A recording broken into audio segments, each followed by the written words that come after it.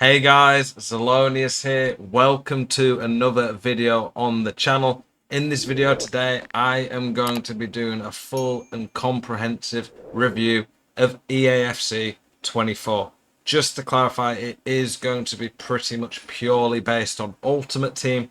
That is the main mode that a lot of people play. I know there are people, of course, lots of people play Pro Clubs and Career Mode, but this is based on Ultimate Team. I've played probably 300 games nearly of Ultimate Team by now. Made lots of content about it, so that is the perspective that I'm going to be coming from. There's going to be two main halves to this video. The first half is going to be looking at the menus, content, all the new features, and the second half is going to be talking about gameplay. As we go along, I'm going to try and give ratings out of 10 for different sections. Please, in the comments, give me feedback, let me know your thoughts. What do you think about the game? And if you're new to the channel, welcome. I do videos every day, multiple videos helping you guys get better at the game, giving you content, hopefully, that's going to help you learn more about the game, improve at it, learn about the best players, tactic tips, all that. So please subscribe and get involved. So, EAFC 24 is a new franchise technically for EA, but it's very much a follow-on from the FIFA franchise that we've had for a long time. Ultimate Team's about 15 years old now. And this mode is very, very similar, to be honest, to FIFA Ultimate Team. We're just going to go through each section one bit at a time and talk about it. So the menus in general, I quite like them. I think the menus are fairly good on this game in terms of aesthetics, how they look. But they're a bit buggy at times. Like even there, you can see there it says claim your new items. It says claim your new items, but I can't even... Yeah, it's writing's over. So there's bugs like that happen all the time. That is really frustrating. And they've done a few patches, not as bad as it was. The game's about 3 weeks in now. You can't really fully review games like this until a long time into it. But we've had 2 weeks nearly since the full launch. 3 weeks nearly that the game's been out.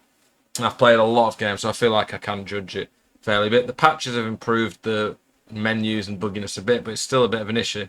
The new section here, pretty useless. You can see there it doesn't even work again. Next example of the menus not working. If you enter the news, these game updates, like here, it's not even showing all, so doesn't really work properly. Which are you sick to death of getting out teamed on FC24? Won that God Squad you've always been dreaming of? Check out iggm.com today, the best and most reliable place to get coins for your Ultimate Team. Use the link in the description and code ZEL at checkout for a 5% discount. Check out iggm.com today. Yeah, not the best, so the menus just don't work in some areas. So this is what I mean, the menus do genuinely look good, but I'd rather functional. Would you rather have a car that actually got you from A to B and looked awful, or would you rather a car that looked great but didn't work? You know what I'm getting at.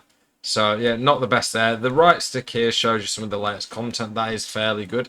Nothing new, similar from last year. I like how you badge coins, FC points, XPs at the top right. That's pretty good, but like I say again, doesn't work very well. The EA Connect, I think this is a little bit better than last year. Works pretty well in my opinion. Quite like this is a pretty good system. But the menus in general, aesthetically, I'd give like an 8 out of 10. I don't think they're brilliant, but I think they're pretty good. Efficiency and how they work, I'd give like a 5 out of 10. They work quite well at times, but then there's a lot of bugs in some areas that just don't work. Objectives, Season Pass. This is a section that they've revamped a little bit for this year. They've removed the events section, which they just didn't use. They've also tried to put an emphasis on not making you jump through unnecessary hoops to be able to get leveled up, basically. To put it into perspective, I play the game every day, every year. I've been a full-time content creator. I think this is my 6th or 7th year. And since they've added this season thing, I've never hit the max level. And that's me playing thousands of games a year. Because to get XP, you had to do ridiculous objectives that were just so backwards and not in line with how you regularly played the game. And the rewards were just that bad. It was like, why would you even bother? Whereas this year, they've got the live objectives that are pretty decent. A lot of the player objectives are fairly easy to obtain. I like that. We'll talk a bit more about squad battles when we get to there. But squad battles being 4-minute halves makes it a lot quicker and a lot easier to do objectives. That's really nice. Got a friendly cup just been added. The seasonal objective, this is a great way to get XP. The weekly, bi-weekly objectives, daily objectives, very easy. These are honestly, in my opinion, very, very good. Very easy to get XP. You can do it in whatever mode you want, pretty much. So that, in turn, means it's a lot easier to level up. The milestones, pretty simple. A lot of 100k packs from these. It made it a lot easier to get started with your ultimate team this year. A lot of them were very easy and obtainable. The foundations, for the most part, pretty reasonable. Like I say, normally I never do any of these. I don't think the players are that great from them yet. They're okay. They are quite a long way off the, I guess, the meta cards you normally use. These are okay, but yeah, the season rewards a lot better. If we go all the way back to level 1, decent loan there. Player pick, 84 times 2, 81 times 2, 84 times 5. A decent loan there. 85 plus pack. Both these cards were fairly usable. Generally speaking, in the past, it wasn't until like May or June you even got remotely usable cards in objectives. Another decent player pick, a good pack. These cards weren't the best, but they're okay. 82 times 2, premium gold players. I don't think these were that good, but I think this card was pretty good. Won't let me click on her here, but I'm literally using her in my team right now. She's a strong link to Dabinia, fairly solid on the game. So we're getting usable players in the season rewards. Prime gold players pack's good. 85 times 3. These cards aren't bad. 84 plus 84 times 2, a good player pick, a good pack set of packs again. And then the final players are fairly good. Or an 86 times 3 if you don't want them. The rewards are so much better than they've ever been before. I still think that there could be more. I think, considering we've got the RTTK promo, they could be giving us one of those packs instead of a stupid Tifo and stuff like that. I'd give them an 8 out of 10, the objectives and season rewards. Getting plenty of cards, easy to level up now. It's very easy to level up just by playing the game normally, which is what I've said it should be for a long time. The packs are fairly good for the first season. It is a lot better. Previously, I would genuinely give some of these objectives, milestones, all this, a 1 out of 10.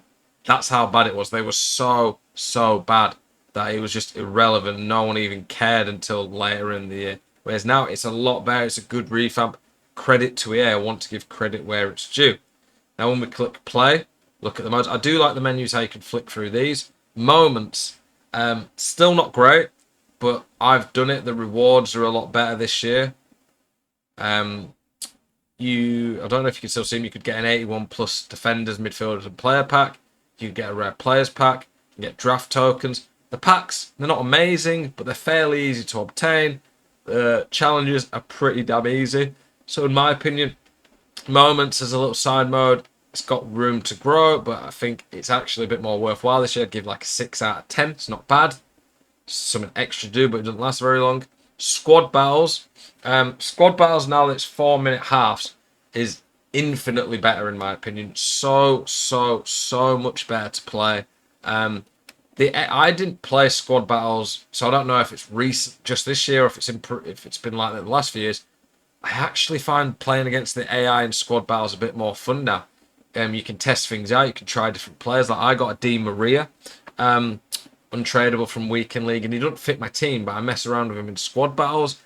I play on world class. I'm a Div 2. Well, I'm a couple of wins off Div 1 right now in Rivals, so I'm a pretty good player, obviously.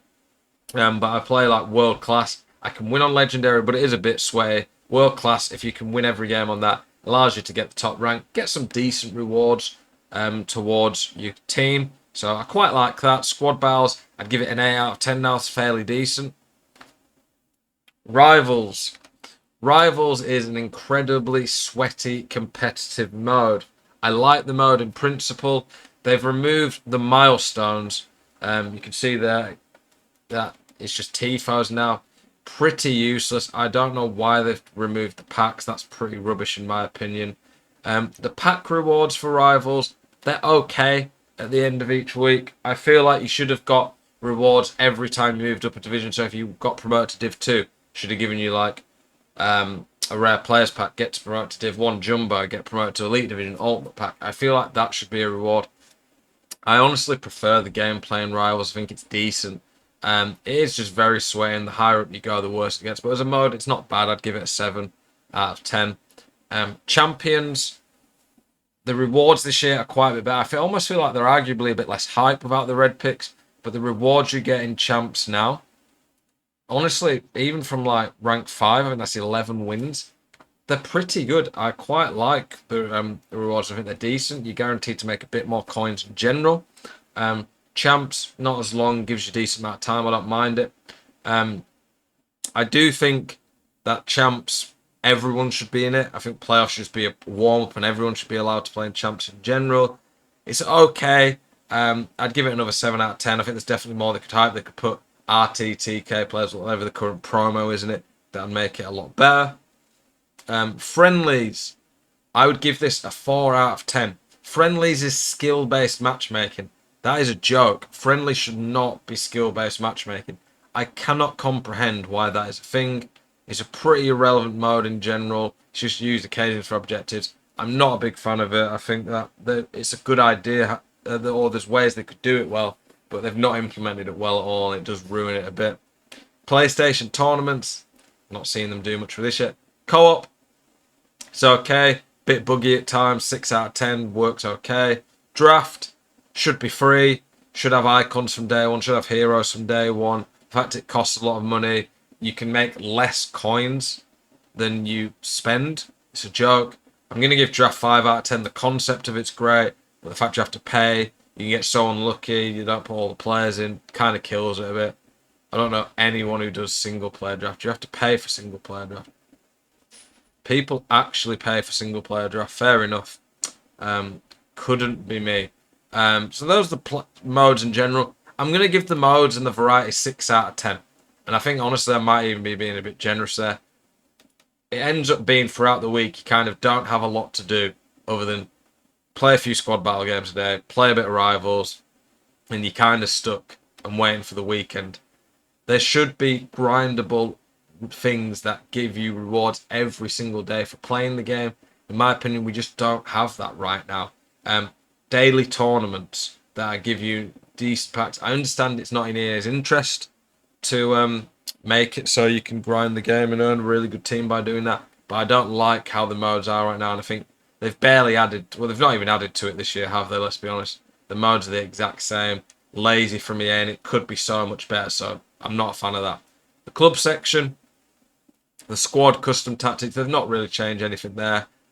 They have changed icon chemistry to give +1 to all leagues. That is a good move. They did also change players. So Lorente is normally a centre mid, but you don't have to do a positional card. They just slot into the position. That's good.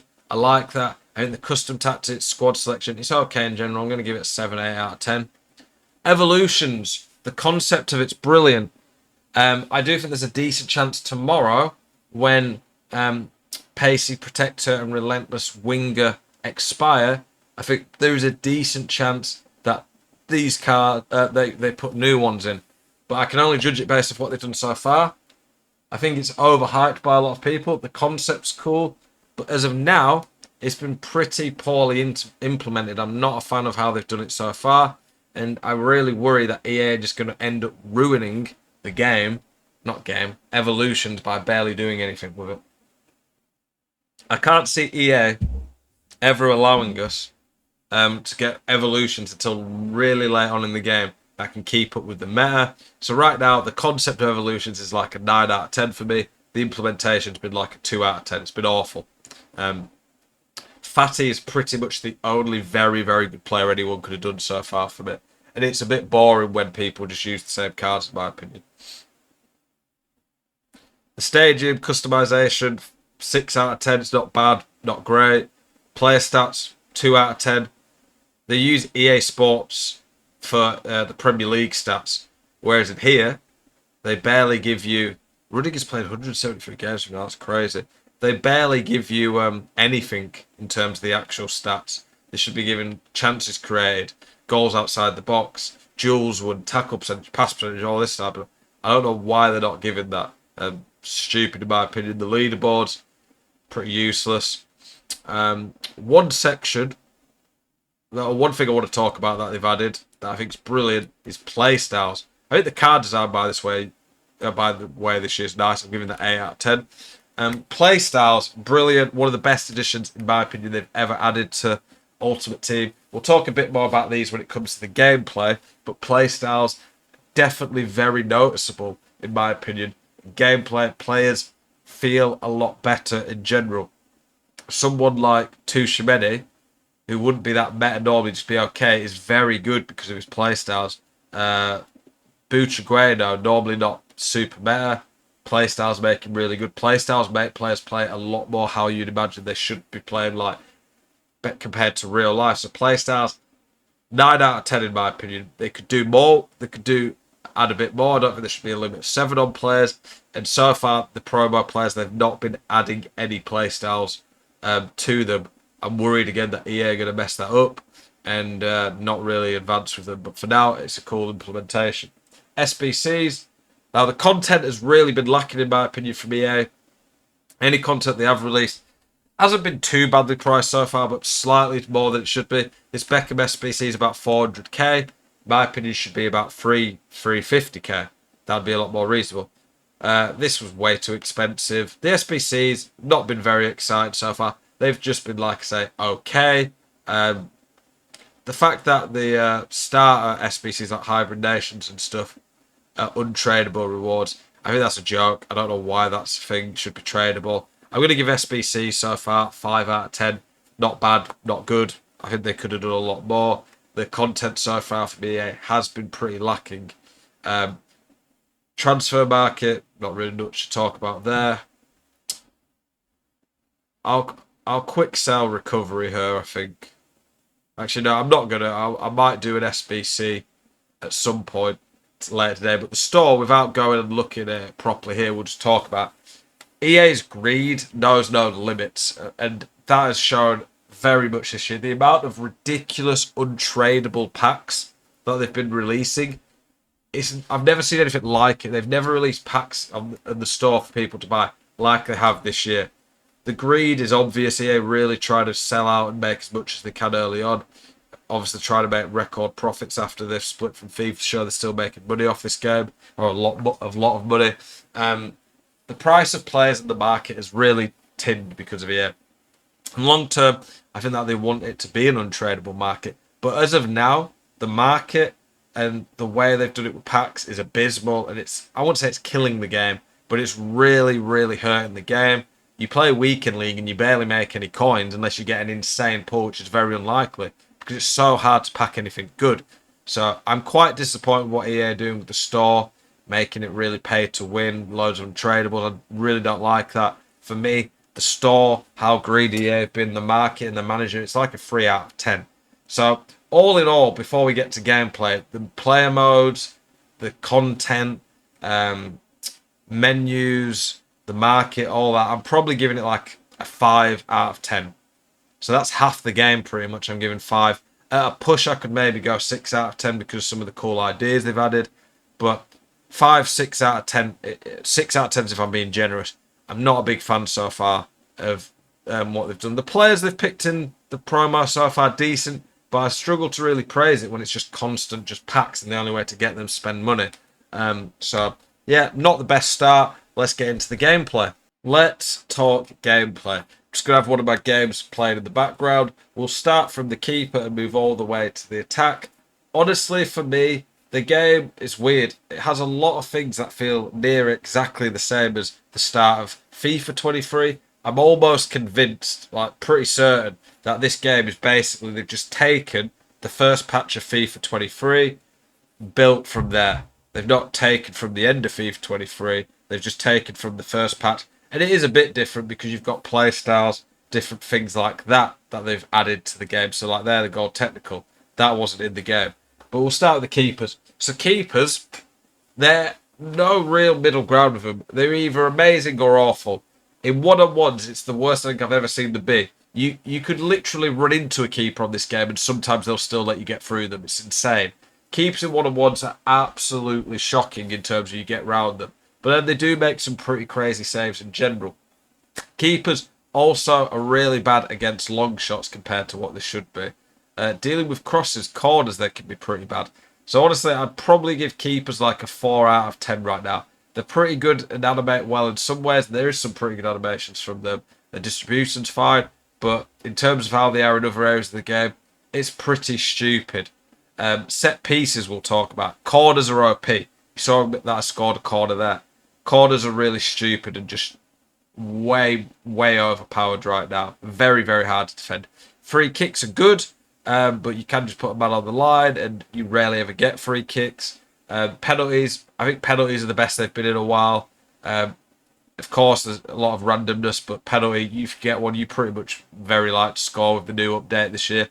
Set pieces in general, I'm going to go like 7 out of 10. I think if they can slightly undertune corners, make them a little bit less OP, I think set pieces are pretty decent. Referees, it's one of the worst I've ever seen when it comes to just giving absolutely stupid random red cards. I don't really understand what refs are doing on this game. The refs are stupid. Especially, I would say they don't give many decisions where I'm just like, I just don't understand that decision. But the red cards they give kind of ruined the refs. And I lost my first champs game. I lost this weekend. I got a red card in the 7th minute. I ended up losing extra time. But the red card that I got was ridiculous, and it ended up making me lose my unbeaten streak in champs. So that's very bad in general. I would say refs are like a 5 out of 10. Good in some areas, but they get ruined by the ridiculous red cards. Defending. Now, defending is a bit, and play styles will be something we'll talk about a bit in this. You're too reliant on play styles, in my opinion. Play styles are good, but it feels like unless you have certain play styles, you just can't do certain stuff. I feel like play styles are a bit too important and supersede stats. So if you had like 99 standing tackle but no anticipate, I feel like someone with gold anticipate and 70 standing tackle would tackle better. That doesn't really make sense to me. Playstyle should be adding to, not just completely dominating and taking over, in my opinion. Defending is a little bit hard. I like it in some ways.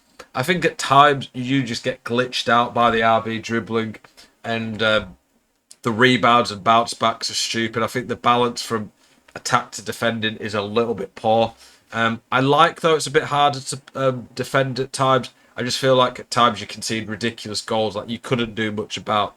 But the defending, the way it's balanced right now, it's not bad.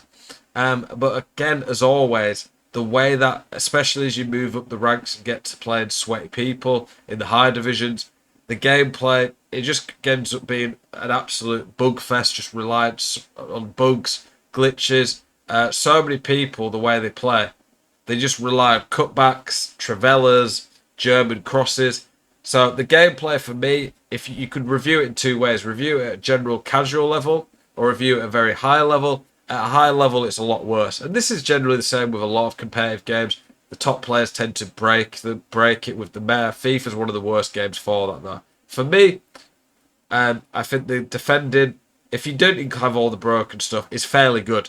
Just needs a bit of patching on rebounds, bounces, and getting glitched out by the dribbling. But when you implement some of the broken stuff, it becomes a lot worse. I'd give defending like a 6 out of 10.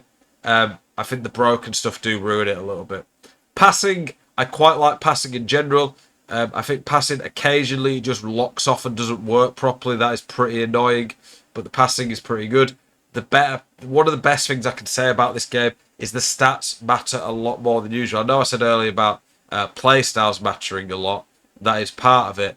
But I would definitely say, we'll skip to the next game here. Make sure I'm in a game. I would definitely say it's a lot more noticeable, the stats this year and how players play. A player with 90 odd passing will be a lot better than 70 passing. You didn't notice that much on previous FIFA, so that's good. I think the animations and passes are good. The Trivela passes are really nice.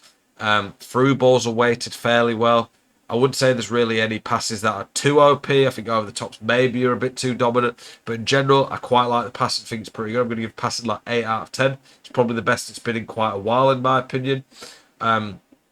Again, I would say that the play styles for passing, if you have them, are a little bit dominant.